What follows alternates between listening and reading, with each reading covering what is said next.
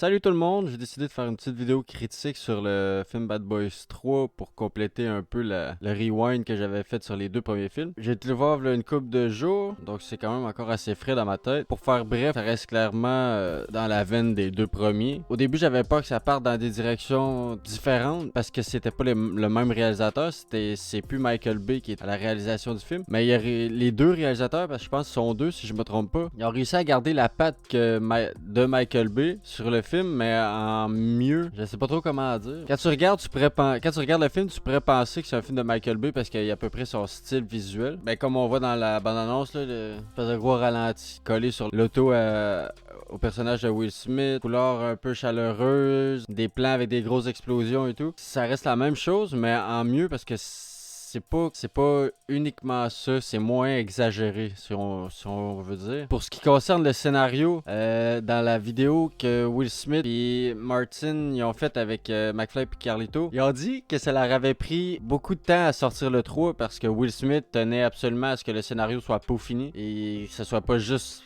un film de merde pour compléter une trilogie. C'est plutôt un pari réussi. C'est sûr que il faut aimer la saga. Si t'aimes pas la saga, ça sert un peu à rien d'aller voir le film parce que ça reste dans la même veine, c'est les mêmes personnages, on retrouve à peu près les mêmes running gags. C'est vraiment un film pour les fans, mais pas juste les fans, parce que d'après moi, n'importe quelle personne qui aime les films d'action peut aller voir le film et l'aimer. Et j'en étais sur le scénario, j'ai arrêté de m'éparpiller. On retrouve nos deux personnages une couple d'années plus tard. Sans spoiler, il y a des personnes qui... il y a une personne qui s'est fait arrêter par les Bad Boys dans le passé, plusieurs années dans le passé, et ils ont décidé de tuer toutes les personnes qui étaient liées avec son arrestation.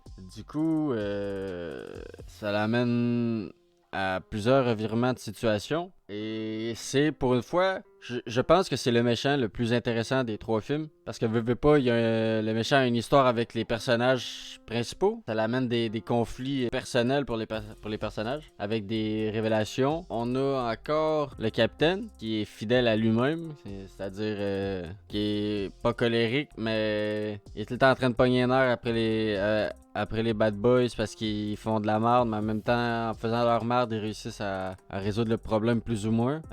Pour ceux qui ont aimé Reggie dans le 2, attends, c'était-tu dans le 2 ou c'était dans le 1? Ouais, je pense que c'était dans le 1, je sais plus.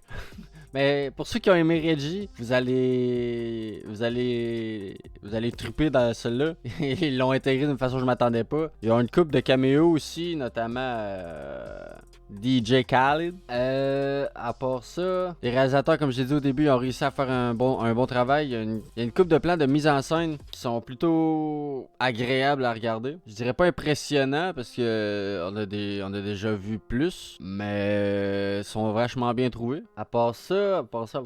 Oui, il y a aussi il y a une autre branche de la police qui vient de se créer dans le film. Les deux personnages qu'on suit, par exemple, sont rendus vieux. Ils sont comme le côté old school de la police. Là, il y a une nouvelle équipe qui apparaît avec des jeunes. Il y a donc aussi le conflit old school, nouveau, qu'est-ce qui est mieux, qu'est-ce qui fonctionne le mieux et tout. Et ils ont réussi à l'intégrer pour que ça soit pas l'élément principal du film. J'ai eu peur quand je les ai vus arriver, j'ai eu peur. Mais en même temps, ils ont réussi à créer une intrigue sur les personnages. Grosso modo, c'est des clichés. Il y a la brute, il y a le geek, il y a la fille sexy. Mais ils sont quand même fun à suivre. Et surtout la brute.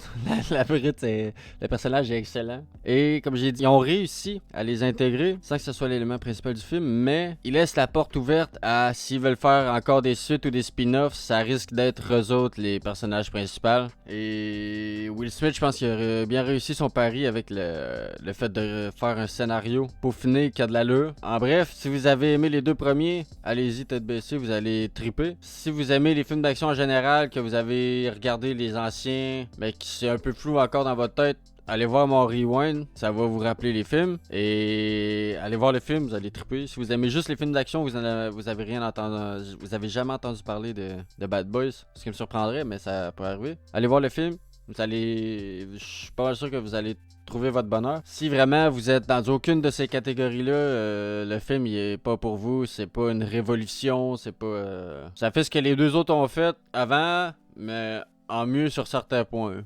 That's it. C'est pas une révolution de film d'action, c'est pas une révolution de film tout court. C'est pas mal ça. Prenez soin de vous. À la prochaine. Bye bye.